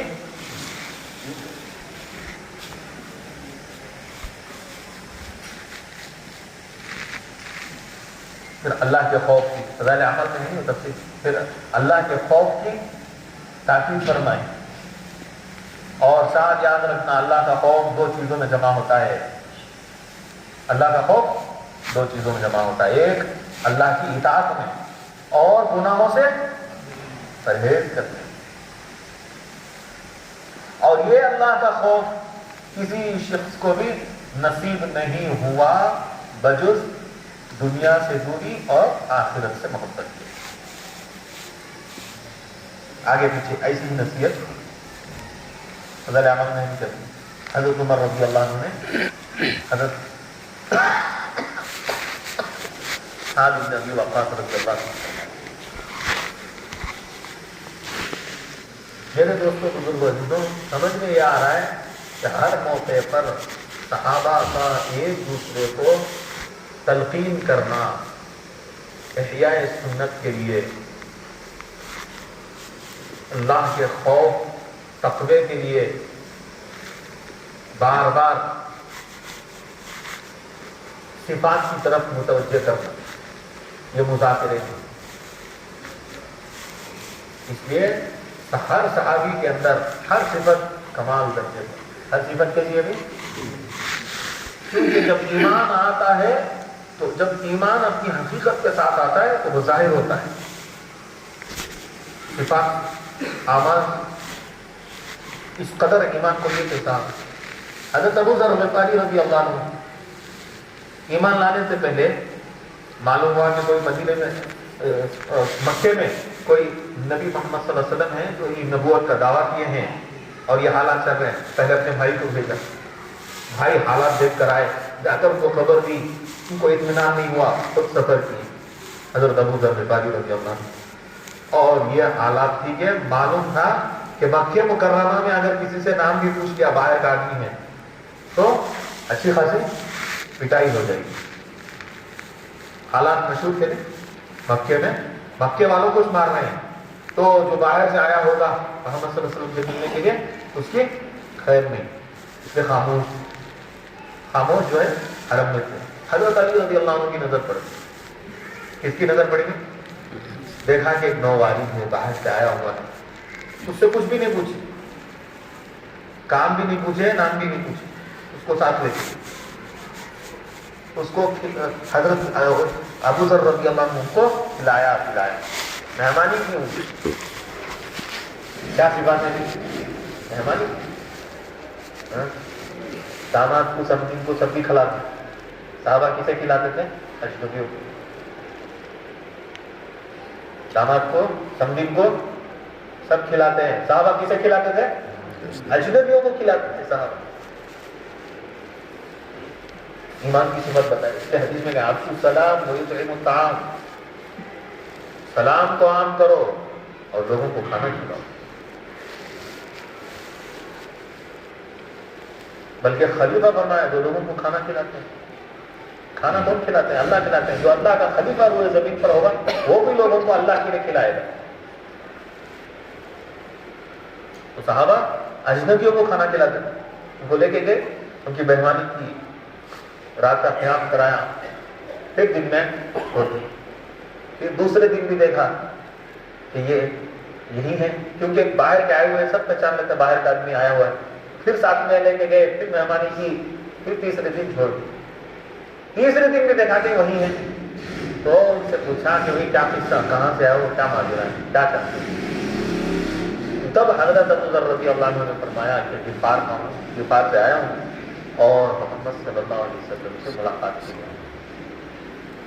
تو حضرت علی رضی اللہ عنہ سمجھ گئے کہ ماشاءاللہ ایک شخص باہر سے اللہ کے نبی سے ملاقات کے لیے آئے ہیں، تو فوراً جو ہے ان سے کہا کہ ٹھیک ہے میں تمہاری ملاقات اللہ کے نبی سے کرا دیتا ہوں، میرے ساتھ چلنا، میرے پیچھے رہنا، کیونکہ باہر کے آدمی نا ساتھ میں بھی رہیں گے تو پریشانی ہوگی، اور جب کسی کو شبہ ہو تو میں پیشاب کے لیے بیٹھ جاؤں گا، تم اپنا راستہ دیکھو۔ تو اس طرح کہہ کر حضرت علی رضی اللہ عنہ کو یہ شرف ملا، حضرت ابو ذر غفاری رضی اللہ عنہ کو ایمان ملنے کے لیے رہبری کرنے کے لیے حضور اکرم صلی اللہ علیہ وسلم کی خدمت میں لے کر گئے، تو اور حضرت ابو ذر رضی اللہ عنہ نے ایمان کو قبول کیا۔ اور اللہ کے نبی نے ان کے ایمان کے قبول کرنے کے بعد، ایک تو باہر کے تھے، آپ نے فرمایا اپنے ایمان کو بھی ظاہر مت کرنا، تو یہ بولنا چاہ رہا ہوں، تو جب ایمان آتا ہے تو ایمان کی جرت بھی پیدا ہوتی ہے۔ جب ایمان حقیقت کے ساتھ آتا ہے میرے دوستوں، اس کا اثر ہوتا ہے۔ کیا فرمایا حضرت ابو ذر، یا رسول اللہ میں اس کلمہ حق کو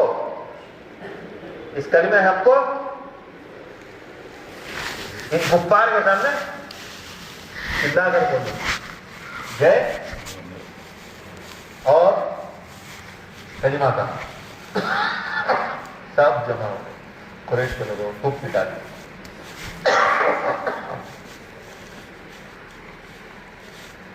کیوں؟ کیونکہ جب آئے تھے ڈر ڈر کر کسی سے پوچھنے کی ہمت نہیں ہو رہی تھی. دیکھو غور کرو, مکہ مکرمہ کو پہنچے ہیں اور کسی کو پوچھا بھی نہیں کہ محمد صلی اللہ علیہ وسلم کہاں رہتے ہیں. 3 دن گزر گئے, لیکن ایمان جیسے ہی آیا میرے دوستوں, ان بے ایمانوں کے سامنے میں چلا کر بولوں کیا ہمت ہے. غور نہیں, ہمت اس میں تھی, کوئی نام پوچھنے کی ہمت نہیں ہے, لیکن ایمان آتے ہی اکیلے ہیں, اپنے علاقے میں بھی نہیں ہے, دوسری جگہ اجنبی جگہ ہے, اور معلوم ہے پٹائی بھی ہوگی.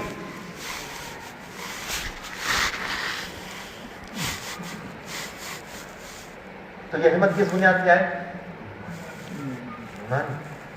جب ایمان اپنی حقیقت کے ساتھ آتا ہے, اس قدر ہمت آتی, اور ایسے ہی ہمت والے تھے ہم کبھی غلط ہوتے, بڑی عجیب و غریب, ہمیشہ اور اللہ کے دین کے لیے اور دنیا سے دوری زاہدانہ زندگی. حضرت ابو ذر رضی اللہ عنہ کے تعلق اللہ کی طرف سے ان پر آزمائش ہوتی ہے. تبوک کے موقع پر جب حضور اکرم صلی اللہ علیہ وسلم کے ساتھ صحابہ نکلے, حالات تھے, گرمی تھی, سفر کرنا تھا تبوک کا, اور منافقین بھوک گئے تھے تبوک کے موقع پر, تو حضور اکرم ان کے ساتھ اللہ کی طرف سے ایک امتحان یہ ہوا کہ ان کا اونٹ نہیں اٹھ رہا تھا. حضرت ابو ذر رضی اللہ عنہ, کیونکہ سفر لمبا تھا, سواری ضروری تھی, اونٹ بھی تھا لیکن اٹھ نہیں رہا تھا, بیٹھ گئے. بہت کوشش کر رہے ہیں اٹھانے کے لیے تاکہ سامان بھی لاد لیں, خود بھی سوار ہو جائیں, سفر کر کے حضور کے ساتھ جو ہے وہ تبوک کے لیے جائیں. اٹھانے کی کوشش کر رہے ہیں, اٹھ ہی نہیں رہا.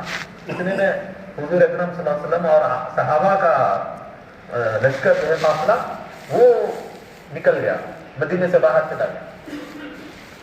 صحابہ حضور صلی اللہ علیہ وسلم سے کہنے لگے کہ فلاں نہیں آیا, فلاں نہیں آیا, نام بتانے لگے. اور کیونکہ حضور صلی اللہ علیہ وسلم سے منافقین کا علم تھا, آپ سنتے رہے, خاموشی سے سنتے رہے. تو سنانے والے صحابی نے حضرت ابو ذر کا نام لیا, ابو ذر غفاری رضی اللہ عنہ بھی نہیں آئے. تو حضور صلی اللہ علیہ وسلم کے چہرے پر اس کا اثر ہوا, ابو ذر نہیں آئے. تو پھر تھوڑی دیر میں دیکھا حضور صلی اللہ علیہ وسلم نے اور صحابہ نے کہ ایک شخص آ رہا ہے مدینے کی طرف سے, سامان لادے ہوئے پیدل آ رہا ہے. تو نظر نہیں آ رہے تھے دور ہونے کی وجہ سے. تو حضور صلی اللہ علیہ وسلم نے اس وقت تمنا کی تکون ابا ذر, کہ یہ ابو ذر ہو جائے, کہ یہ ابو ذر ہو جائے. جو ہی قریب آئے, چہرہ نظر آیا تو وہ ابو ذر رضی اللہ عنہ ہی. اس وقت حضور صلی اللہ علیہ وسلم نے پیشن گوئی دی تھی, ابو ذر اکیلا آ رہا ہے. ابو ذر اونٹ نہیں اٹھا تو کیا کہ رکے نہیں اللہ کے راستے سے. حالانکہ سفر تک مشکل کا تھا, گرمی میں صحابہ کے ساتھ حضور صلی اللہ علیہ وسلم کے ساتھ صحابہ نکل گئے, مشکل سے سامان لاد کر خود آ گئے. آ رہے تھے تو دیکھا تو حضور صلی اللہ علیہ وسلم نے صحابہ کے سامنے ابو ذر رضی اللہ عنہ کے بارے میں پیشن گوئی کی کہ ابو ذر اکیلا آ رہا ہے, اکیلا ہی جیے گا اور اکیلا ہی مرے گا, اور تم صحابہ کی ایک جماعت ابو ذر کو کی تجہیز و تکمیل کرے گی. یہ حضور صلی اللہ علیہ وسلم نے پیشن گوئی کی حضرت ابو ذر رضی اللہ عنہ. اور پھر ایک مرتبہ پر حضور صلی اللہ علیہ وسلم نے ابو ذر سے فرمایا, ابو ذر مدینے والے تمہیں تنگ کریں گے تو کیا کرو, ستائیں گے تو تم کیا کرو؟ یا رسول اللہ میں ملک شام چلا جاؤں, وہاں جا کر جن کا تھا. پھر وہ فرمایا آپ صلی اللہ علیہ وسلم نے ملک شام والے ستائیں گے تو کیا کرو؟ یا رسول اللہ پھر میں مدینہ منورہ آ جاؤں. اچھا پھر مدینے والے ستائیں گے تو کیا کروں؟ یا رسول اللہ پھر میں ان کا مقابلہ کروں. آپ نے فرمایا نہیں, مقابلہ نہیں کرنا, صبر کرتے رہنا یہاں تک کہ حوض کوثر پر آ کر مجھ سے ملاقات کریں. حالانکہ حضور صلی اللہ علیہ وسلم کہہ رہے ہیں کہ مدینے والے تمہیں ستائیں گے, ملک شام والے ستائیں گے. ہوا کیا تھا, انہوں صحابہ کو تنگ کرتے تھے, تیرے پاس اتنا مال لے کو آیا. صحابہ کی گرفت کرتے تھے کہ اتنا مال کیوں جمع ہوا کہ تمہیں زکات دینے کی نوبت آئی. ان کا جھگڑا رہتا تھا صحابہ کے ساتھ. اسی لیے مدینہ منورہ میں حضور صلی اللہ علیہ وسلم کے زمانے کے بعد حضرت عثمان کے دور جب جھگڑا ان کے صحابہ کے ساتھ جو ہے صحابہ کو ٹوکنا، صحابہ کے ساتھ یہ ہوتا تھا، تو ان کو ملک شام بھیج دی تھی۔ ملک شام میں حضرت معاویہ رضی اللہ عنہ تھے، وہاں گئے، ملک شام میں رہتے تھے اور گورنر حضرت معاویہ رضی اللہ عنہ تھے، تو وہاں بھی جو صحابہ تھے وہاں پر ان کے صحابہ کے ساتھ جھگڑے تھے۔ تو پھر حضرت معاویہ نے پھر خط لکھا حضرت عثمان کو، حضرت ان کو بلا لیا، بہت تنگ کر رہے۔ تو پھر حضرت عثمان جو ہے ان کو پھر مدینہ منورہ بلا لیا۔ آپ علیہ السلام کی پوری باتیں، پوری پیشنیاں پوری ہو رہی، مدینہ والے ستائیں گے تو کیا کرو گے، ملک شام جاؤں گا، ملک شام میں پھر مدینہ منورہ آ گیا حضرت عثمان رضی اللہ عنہ کے دور میں۔ پھر مدینہ منورہ میں جو ہے اسی طرح کے حالات ہونے لگے ان کے ساتھ، تو حضرت عثمان رضی اللہ عنہ کے کہنے پر، امیر تھے، امیر کی بات مانتے ہیں، تو ان کے کہنے پر جو ہے آپ رمضہ ایک علاقہ ہے مدینے سے دور، وہاں چلے گئے تھے اپنی بیوی کے ساتھ، اکیلے رہتے تھے، بیابان علاقہ۔ حضرت ابو ذر غفاری اتنے بڑے صحابی جو ہے اپنے آخری دور میں امیر وقت کے کہنے کی وجہ سے اپنی بیوی کے ساتھ مدینے سے دور جا کر رہنے لگے۔ اور حضور صلی اللہ علیہ وسلم کی جو پیشن گوئی تھی، اکیلا آ رہا ہے، اکیلا ہی جیے گا اور اکیلا ہی مرے گا۔ کسی حالت میں دور علاقے میں آپ کا آخری وقت ہو رہا ہے، گویا آپ آخری سانسیں لے رہے ہیں۔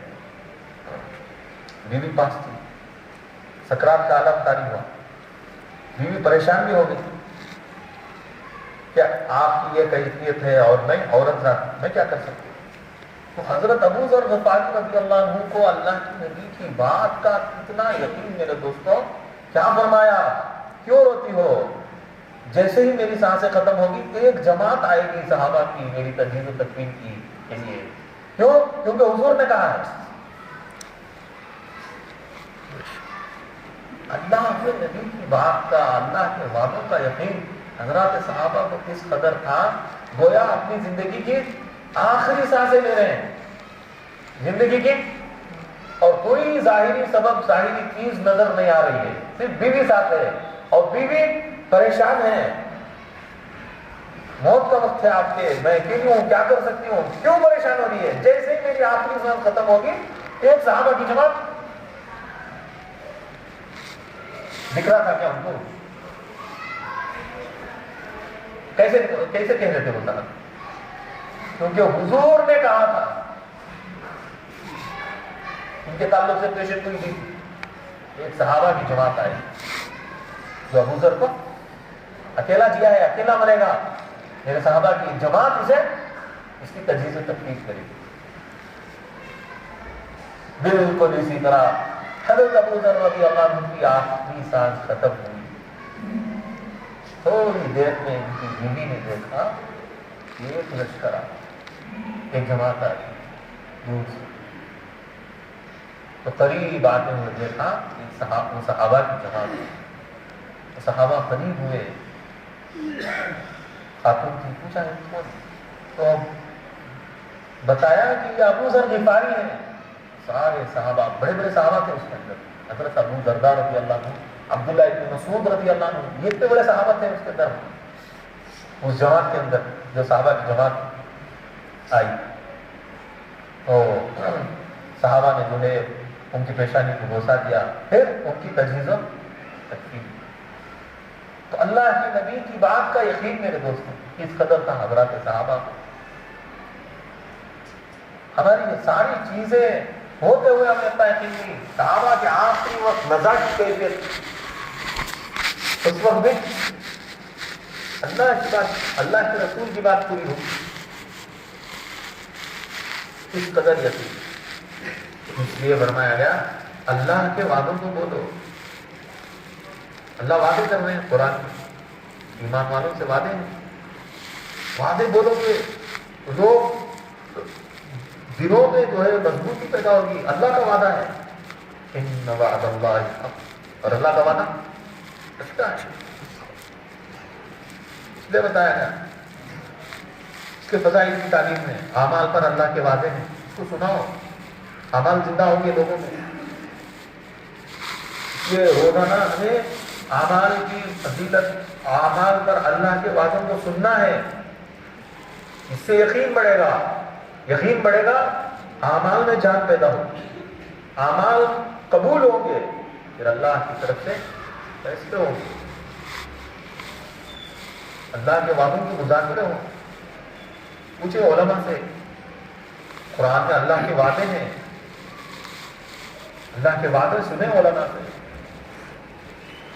میں نے کہا لقمان علیہ السلام نے کیا کہا؟ بیٹا علماء کی مجلس میں بیٹھنا، جو اللہ کو جانتے ہیں، اللہ کو پہچانتے ہیں، جب وہ بولیں گے تو مردہ دل ایسے زندہ ہو گئے جیسے موسلا دار بارش سے زمین زندہ ہو جائے. بنجر زمین زندہ ہو جاتی، زمین بنجر ہو گئی بالکل، موسلا دار بارش پڑتے ہی سبزہ ہریالی ہو جائے. اسی طرح پتا ہے کہ جو اللہ کے وعدوں کو، آخرت کے وعدوں کو، اللہ کے احکام پر کامیابی کو بتائیں گے، ان کی مجلسوں میں، ان کی فکروں میں، ان کی محنتوں میں لگو گے تو مردہ دل زندہ ہو جائے. تو میرے دوستوں، بزرگوں، عزیزوں،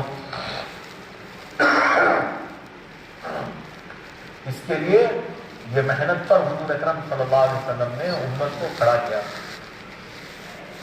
آپ کے ذریعے سے امت کو ایمان بھی ملا اور ایمان کی محنت بھی ملی. کیا ملی ہے؟ ایمان کی محنت. اس لیے صحابہ اس کو ذمہ داری سے ادا کرتے تھے. کیسے؟ ذمہ داری جو لیں گے، ذمہ داری جو ادا کریں گے، انہیں پر تو اللہ کے وعدے ہیں. ہر ایک ذمہ دار ہے، ہر ایک کیا ہے؟ اس امت کا ہر فرد ذمہ دار. حضرت ابو بکر نے کیا کہا؟ ذمہ داری ادا کی. کتنا بڑا، کتنی بڑی ذات ہے، کتنا بڑا شخص. حضرت عمر کہتے ہیں کہ اگر حضرت ابو بکر رضی اللہ عنہ دو نیکی مجھے دے دیں گے، میں ساری زندگی کی اپنی نیکیاں ان کو دے دوں گا. ایک دن والی نیکی اور ایک رات والی. رات والی نیکی ہجرت والی رات، اور دن والی نیکی جب حضور صلی اللہ علیہ وسلم دنیا سے پردہ فرما گئے تھے. اس وقت جو امت پر حالات تھے، اس وقت جو حضرت ابو بکر کھڑے ہو کر توحید کہہ کر امت کو جمایا تھا، وہ دو نیکی اگر دے دے، دن اور رات والی، عمر پوری زندگی کی نیکی دے دے گا. ہجرت میں یہی تو ذمہ داری ادا کرے. قریش کا فیصلہ اور پلان ہو گیا ہے کہ آپ اتنے قبیلے کے اتنے نوجوان مل کر نعوذ باللہ محمد صلی اللہ علیہ وسلم پر قتل کر دیں. اس وقت اللہ کی طرف سے حکم ہوا، نبی جی آپ مکہ چھوڑ کر مدینہ منورہ چلے. تو آپ نے حضرت ابو بکر کو ساتھ دیا، اور حضرت ابو بکر رضی اللہ عنہ ایسی خطرناک رات بظاہر، کیونکہ سب فیصلہ طے ہو گیا ہے، پلان ہو گئی ہے، ختم کرنا ہے محمد صلی اللہ علیہ وسلم کے قتل کا پلاننگ ہو گئی ہے، اور جو ان کے ساتھ ہوگا اسے بھی ختم. تو گیا حضرت ابو بکر رضی اللہ عنہ رات جو ہجرت کیے ہیں، جان کی بازی لگا کر اور پورے عرب سے دشمنی لے کر، بلکہ قریش سے زبان حال سے گویا حضرت ابو بکر رضی اللہ عنہ کہہ رہے تھے صرف قریش سے مقابلہ دشمن یہ نہیں، پورے عرب نہیں بلکہ پوری دنیا بھی میری مخالفت میرے جان کے پیچھے پڑ جائے تب بھی میں محمد صلی اللہ علیہ وسلم کا ساتھ نہیں چھوڑ سکتا. اس رات کتنا بڑا قدم، اتنی بڑی ہمت. تو میرے دوستوں، بزرگوں، عزیزوں، جو بھی حال جس قدر جیسے آئے گا اس پر جمنا. کیا کرنا ہے؟ جمنا. حالات آتے ہیں ترقی کے لیے. حالات کس کے لیے آتے ہیں؟ ہجرت کا حال آیا، حضور صلی اللہ علیہ وسلم کے دنیا سے جانے کا حال آیا. حضرت ابو بکر کا کیا مقام بنا رضی اللہ عنہ. یہ حال ہے، سنگین حال ہے. موت سے سابقہ پڑھنا ہے آج رات. اگر محمد صلی اللہ علیہ وسلم کا ساتھ دے ہوئے تو موت ہو جائے گی، قتل کر دیے جاؤ. تو حالات کا سامنا کیا اللہ پر بھروسہ کرتے ہوئے، پھر اللہ کی طرف سے وعدے پورے ہوئے، اللہ نے پیچھے کام کیا. تو جمنا، ذمہ داری لینا. لاپرواہی نہیں کرتے، غفلت نہیں کرتے. جو ذمہ داری لیتے ہیں اللہ ان سے کام لیتے ہیں. جو عزم کرتے ہیں اذا عزمت فتوکل علی اللہ، جب آپ عزم کر لیں تو اللہ کا توکل کریں، بھروسہ کریں. ومن یتوکل علی اللہ، اور جو اللہ پر بھروسہ کر لیا فهو حسبہ، اللہ اس کے لیے کافی ہو. ترتیب کیسی؟ عزم کر لی ہے، ارادہ کر لیا ہے تو اللہ پر توکل کیجیے. اور توکل ہو گیا ہے آپ کا تو معلوم ہے جو اللہ پر جیسے توکل ہو گیا ہے مضبوط، تو جو اللہ پر توکل کر لیتا ہے تو اللہ اس کے لیے کافی ہو.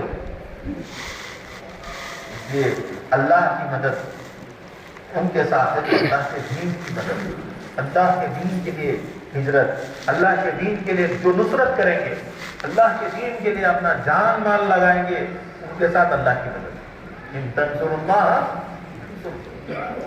قرآن وعدہ کر رہا ہے کہ اللہ کی مدد تمہارے ساتھ ہو جائے گی. حالات کچھ بھی ہو، ظاہری چیزیں، نقشے، کچھ بھی جو بھی کہتے ہو، باطل یہی چاہتا ہے کہ خوف کا عالم طاری ہو، خوف کا ماحول برپا ہو، ڈراؤ.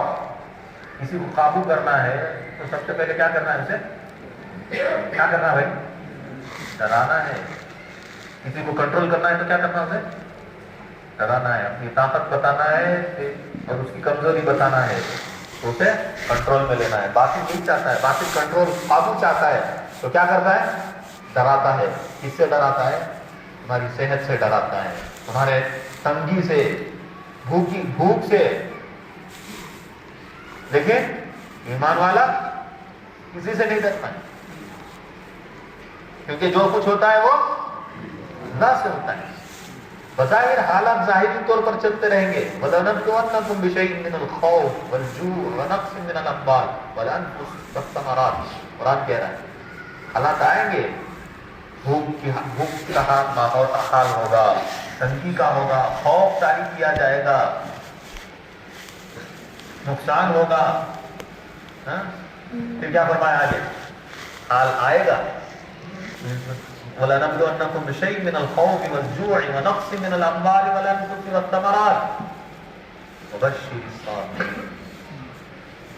ان حالات پر جو جمیں گے، صبر کے ایک معنی جمنے کے آتا ہے، وَتَوَاصَوْا بِالْحَقِّ وَتَوَاصَوْا صبر، جمنا. اور جمنے والوں کے لیے وَبَشِّرِ الصَّابِرِينَ، بشارتیں ہیں. صحابہ کیا کیے بھائی؟ جمے. ایسے ہی مل گئے کیا؟ جمے. اب تک یہ جو صحابہ کی زندگی کے حالات ہم کہہ رہے تھے، سن رہے تھے، تو کیا سمجھ میں آ رہا ہے؟ صحابہ کیا کہتے تھے؟ جمے. ان اللہ الصابرین، پھر اللہ ساتھ ہو جاتے ہیں صبر کرنے والوں کے ساتھ. اور جس کے ساتھ اللہ ہو گئے، اللہ کے وعدے بھی ان کے ساتھ ہو جاتے ہیں. ان تنصروا اللہ ینصرکم، اللہ کی نصرت تمہارے ساتھ آ جائے گی. اب اللہ کی نصرت آ گئی، ینصرکم اللہ فلا غالب لکم، اللہ کی مدد آ گئی، اللہ کی نصرت آ گئی تو کون ہے تم پر غلبہ پکڑنا؟ اس کے ساتھ اللہ کی مدد ہے، کون ہے بھی غلبہ پکڑنے والا؟ ہمیں نہیں سمجھ میں آیا. اللہ کے غیب کی ساری باطل طاقتیں، قوتیں مل کر کچھ نہیں اللہ کے ساتھ. قرآن کہتا ہے کل عنکبوت، مکڑی کا جالا. کیا ایسے تھے مکڑی جالی؟ گھر گھر کو مکڑی کا جالا ہے. ایک جھاڑ ادھر سے ادھر پھیر رہی، کیا ہوا؟ جالا نکالنا کتنا آسان ہے. کچھ ایسے تھے. فرمایا ساری طاقتیں اللہ کے غیب، ساری باتیں طاقتیں قوتیں مل کر اللہ کے مقابلے میں کیسی بے حیثیت ہے مکڑی کے. ینصرکم اللہ فلا غالب لکم. اب سمجھ میں اگر اللہ کی مدد تمہارے ساتھ ہو گئی تو کون بھی تمہارے ساتھ غلبہ نہیں کر سکتا. اللہ کی مدد کو کیسے ساتھ لینا ہے؟ جب تم کیسے لینا اللہ کی مدد؟ اللہ کی مدد کس کے ساتھ ہے؟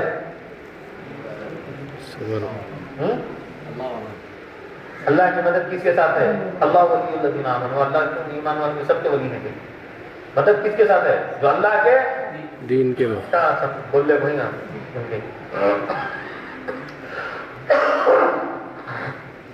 اللہ کے دین کے لیے جو قربانی دیں گے، اللہ کے دین کے یہ جو اپنے جان مال لگائیں گے، اللہ کی مدد ان کے ساتھ ہے۔ اس لیے ایسی فضیلت اللہ کے راستے میں نکلنے والوں کی کس قدر ہے میرے دوستوں، اور صحابہ اس بات کو، اس ذمہ داری کو اتنا لیے تھے اللہ کے راستے میں نکلنے کو۔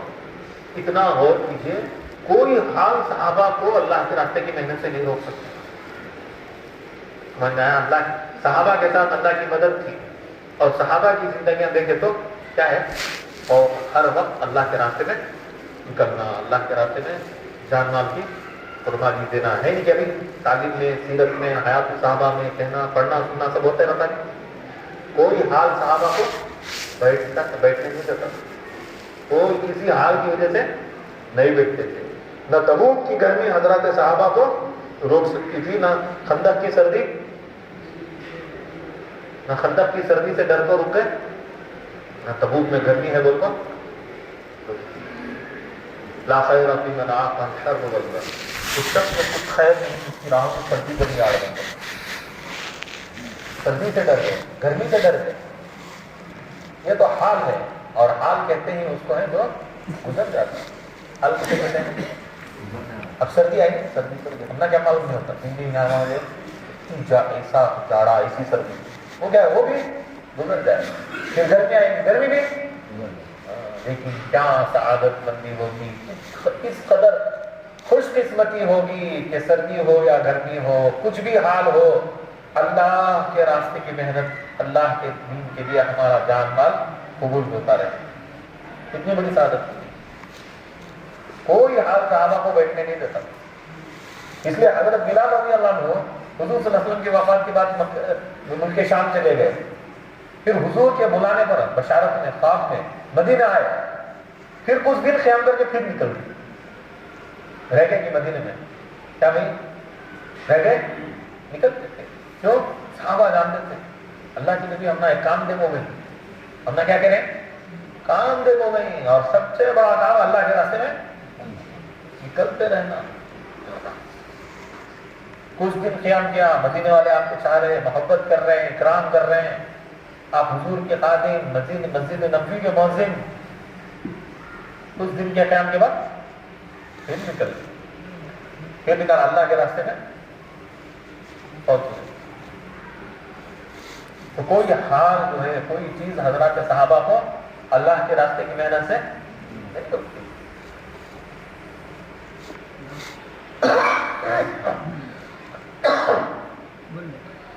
حضرت ابو ایوب انصاری رضی اللہ عنہ 90 سال سے زیادہ عمر ہوگی، 90 سال سے زیادہ، بیان لے لگا ہوں مسجد نبی میں بیٹھ گئی، میں بھی اللہ کے راستے جا رہا ہوں۔ بیان لینے کو حضرت بوڑھے خان مسجد نبی میں آپ کو کوئی بیمار بھی تھے، کمزور بھی ہو گئے تھے۔ مدینے والوں نے کہا حضرت آپ کے بچے جا رہے ہیں اللہ کے، اور آپ تو حضور صلی اللہ علیہ وسلم کے میزبان۔ حضور صلی اللہ علیہ وسلم جب مکہ چھوڑ کر مدینہ آئے تھے، کس کے گھر میں رکے تھے؟ ابو ایوب انصاری رضی اللہ عنہ۔ اتنا بڑا شرف، اتنی بڑی سعادت ملی ہے، آپ کے بچے جا رہے ہیں، آپ بیمار ہو گئے، بوڑھے ہو گئے، یہی رہیے مدینے میں، مدینہ منورہ میں آپ رہیے، یہاں پر جو ہے دین کا کام کریں، آپ کے بچے جا رہے ہیں۔ تو کیا کہا حضرت ابو ایوب انصاری رضی اللہ عنہ؟ کیا بولے بھائی؟ مجھے یہ آیت بیٹھنے نہیں دیتی، انفروا خفافا وثقالا، ہر حال میں اللہ کے راستے میں نکلتے رہو، ہلکے ہو یا بھاری ہو، صحت مند ہو یا بیمار ہو، فراخی ہو یا تنگی ہو۔ یہ آیت مجھے اللہ کے راستے میں، اللہ کے راستے سے بیٹھنے نہیں دیتی۔ اس لیے فرمایا گیا اللہ کے راستے میں نکلنے والے سب سے پہلے بنیادی استحضار یہ ہو کہ یہ اللہ کا حکم ہے۔ کس لیے نکلے بھی؟ جو جماعتیں آئی ہیں، ہاں یہ ہے اصل کیا کہ بولتے ہیں اپنی اصلاح کے لیے، ایمان اعمال بنانے کے لیے، اللہ سے تعلق کرنے۔ بنیادی بات کیا ہے؟ کیوں نکلے اللہ کے راستے میں؟ اللہ کا حکم ہے، قرآن کا حکم ہے اللہ کے راستے میں۔ حضرات صحابہ اللہ کے راستے میں اللہ کا حکم سمجھ کر جاتے تھے۔ جب اللہ کے راستے کی محنت، اللہ کے دین کی محنت، اللہ کے دین کے لیے جان مال لگانے کی قربانی اللہ کا حکم سمجھ کر لگائیں گے تو اس کا اثر بہت بڑا ہوتا ہے، اس کی عظمت ہوتی ہے۔ اس کی کیا ہوتی ہے؟ عظمت ہوتی ہے۔ اللہ کے راستے میں نکل رہے ہیں اللہ کا حکم سمجھ کر، اللہ کے حکم کے استحضار کے ساتھ۔ تو یہ آیت مجھے بیٹھنے نہیں دیتی، یہ بول کر نکلے۔ اور جماعت کی تشکیل ہو گئی تھی ترکی کے واسطے، کہاں گئی جماعت کو؟ مدینہ منورہ سے جماعت جاری تھی، نکلے حضرت بیٹھے اور آیت پیش کروا لینا بولنے والوں، ابو نبی کیا اپنی کو، اور اللہ کے راستے میں سفر ہی میں بیمار ہوئے، شدید بیمار ہوئے تو ساتھیوں کو وصیت کی، دیکھو میں اللہ کے راستے میں نکلا ہوں، میری موت اللہ کے راستے میں ہو گئی تو فوراً وہیں مت دفن کرنا، میرے جنازے کو اللہ کے راستے میں چلانا۔ کون کہہ رہے ہیں بھائی؟ ابو ایوب انصاری صحابی حضور صلی اللہ علیہ وسلم کے میزبان۔ اللہ کے راستے کی عظمت کتنی ہے ان کے اندر، وصیت کر رہے ہیں کہ جیسے موت ہو جائے، اب موت ہوگی بھی دفن کرو، نہیں میرے جنازے کو چلانا کچھ تو۔ ترکی پہنچی، استنبول کے قریب انتقال ہوا، چلی جماعت استنبول میں، جنازہ لے کر صحابہ حضرت ابو ایوب انصاری رضی اللہ عنہ چونکہ وصیت کرے تھے ان کے جنازے کو لے کر چلے،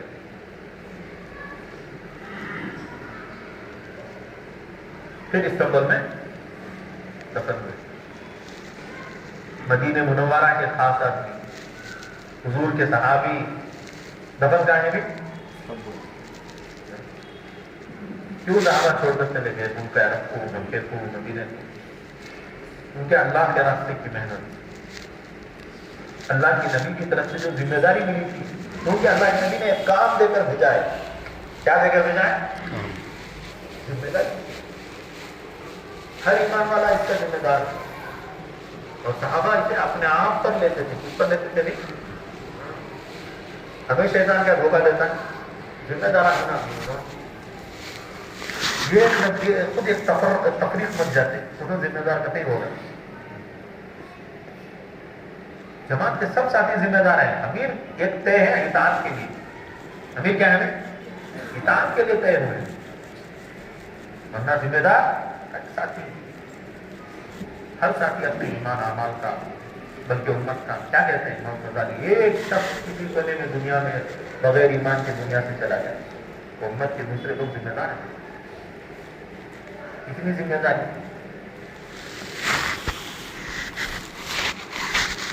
جب ذمہ دار ہوتا ہے، ذمہ داری سمجھتا ہے آدمی، تو اس کے لیے کام کرنا سب سے پہلی بات ہے۔ ایک چھوٹا بچہ اسے مشق کرائی جا رہی ہے، وہ پڑھنے کا ذمہ دار ہے، سبجیکٹ اسکول میں بول رہے ہیں، گھر پہ بول رہے ہیں، حالانکہ کم عمر ہے، سیریسنیس سے انہیں پڑھ رہا ہے، چھوٹا بچہ، کیوں؟ ذمہ دار سمجھ رہا ہے، کیا سمجھ رہا ہے؟ ذمہ دار سمجھ رہا ہے۔ جو ذمہ داری لے گا، ذمہ داری کا احساس ہوگا، پھر اللہ تعالیٰ ان سے کام لے گا۔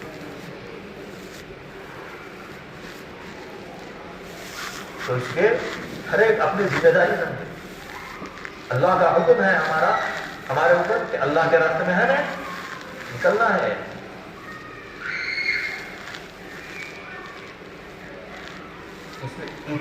ذمہ داری کی وجہ سے اطاعت کرنا آسان ہوگا، اطاعت پر اللہ کی مدد ہوگی۔ کیا ہوگی بھائی؟ صحابہ اطاعت کرنے والے کیسے تھے؟